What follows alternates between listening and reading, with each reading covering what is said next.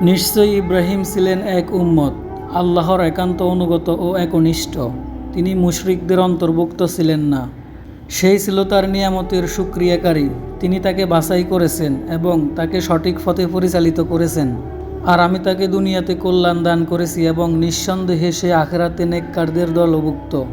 তারপর আমি তোমার প্রতি ওহী পাঠিয়েছি যে তুমি মিল্লাতে ইব্রাহিমের অনুসরণ করো, যে ছিল একনিষ্ঠ এবং ছিল না মুশরিকদের অন্তর্ভুক্ত। শনিবার তো তাদের উপর চাপিয়ে দেওয়া হয়েছে যারা তাতে মতবিরোধ করেছে।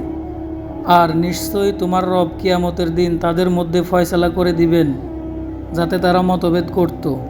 তুমি তোমরা রবের পথে হিকমত ও সুন্দর উপদেশের মাধ্যমে আহ্বান করো এবং সুন্দরতম পন্থায় তাদের সাথে বিতর্ক করো।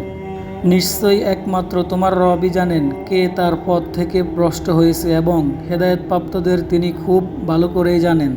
আর যদি তোমরা শাস্তি দাও তবে ঠিক ততটুকুই শাস্তি দাও যতটুকু তোমাদের দেওয়া হয়েছে।